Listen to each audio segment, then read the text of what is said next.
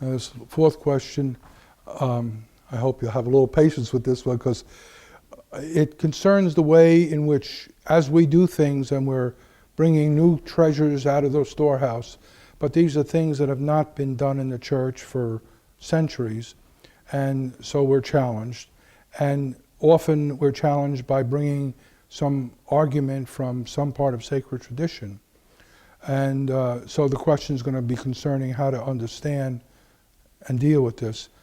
Some who've observed our work have claimed that if we observe any of the traditions of our heritage, which the church does not currently observe, then we are Judaizing and violating the faith of the church. To make their case, they refer to the Council of Florence and quote some passages from the Bull of Union with the Copts by Pope Eugenius IV. These passages forbade the Coptic Christian practice of male circumcision.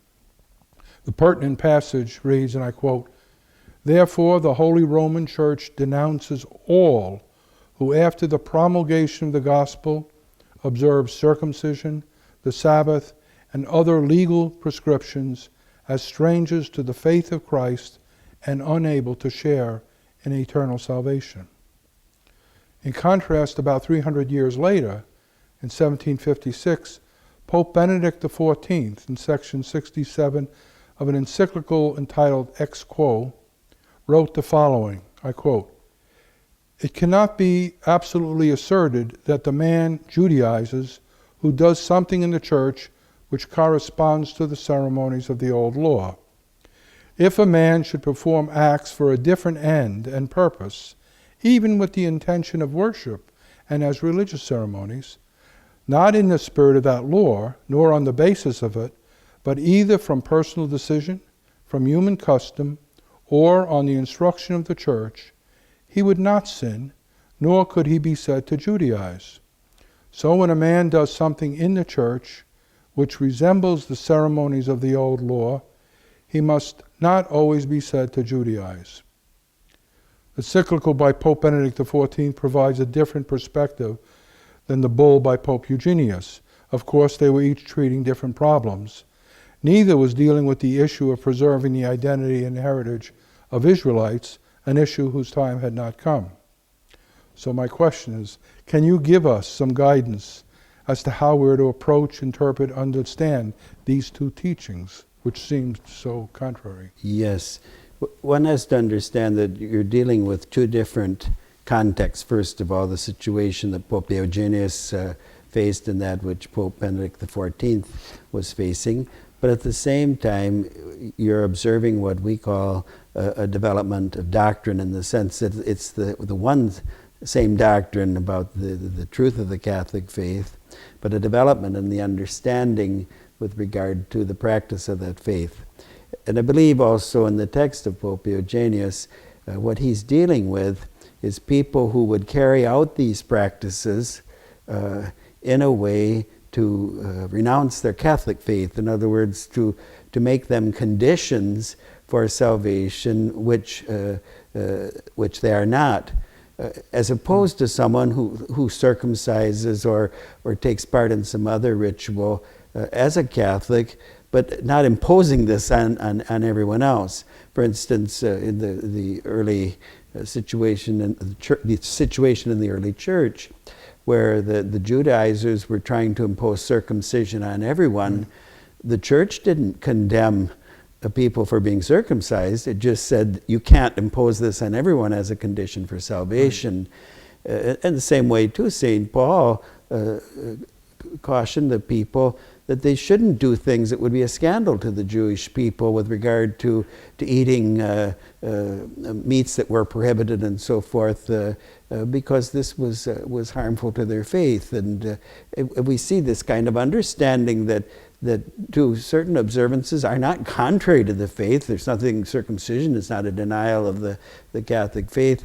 A certain care about eating some foods and so forth out of respect for others doesn't deny your Catholic faith. In fact, it shows a rather charitable and an understanding attitude. And so Pope Benedict XIV is reflecting that more clearly in his text, that you can have a very devout Catholic, even like the members of the Association of Hebrew Catholics, following the, I would say, the inspired leadership of Father Friedman, who continue certain practices that they had as Jews, as devout Jews, but with a fully informed Catholic faith, and not in any way trying to deny their Catholic faith.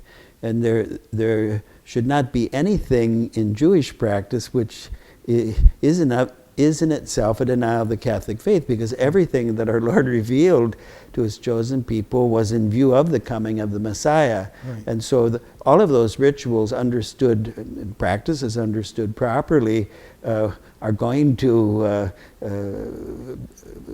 be able to be carried out and practiced by a Hebrew Catholic, once again, with a fully Catholic faith.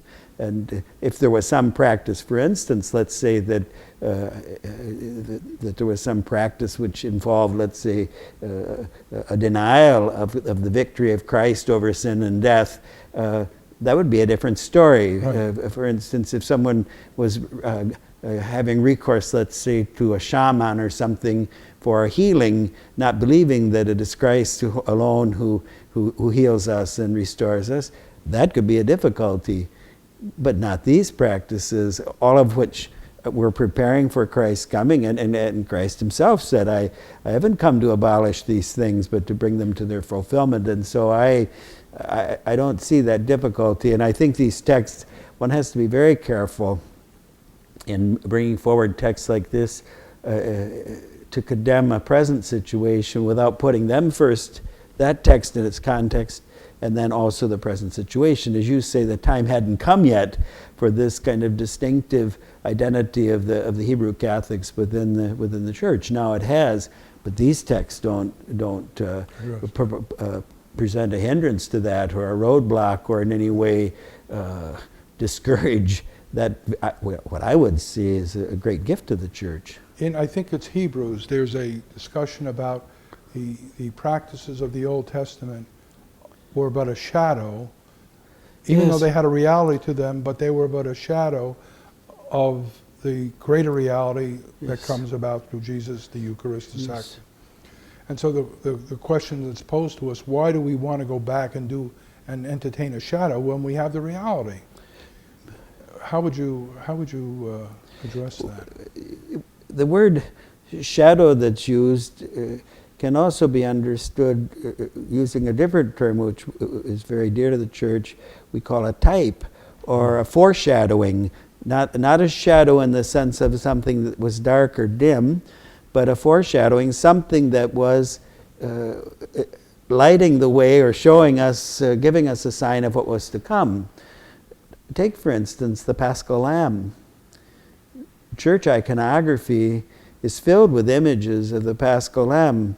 That's not viewed as something pagan or as something negative. In fact, that Paschal Lamb helps us to understand the richness of the salvation which was accomplished by our Lord Jesus Christ. And so there are so many other symbols that we use in church art, in iconography, that are taken directly from the Jewish religion, and are not considered to be in some way, how should I say, retrograde or negative or poor representations, instead seen as something very rich. The figure of Melchizedek, for instance, in his offering, was classically represented on communion rails and on altars and so forth of the Catholic Church. And again, the Paschal Lamb is another example.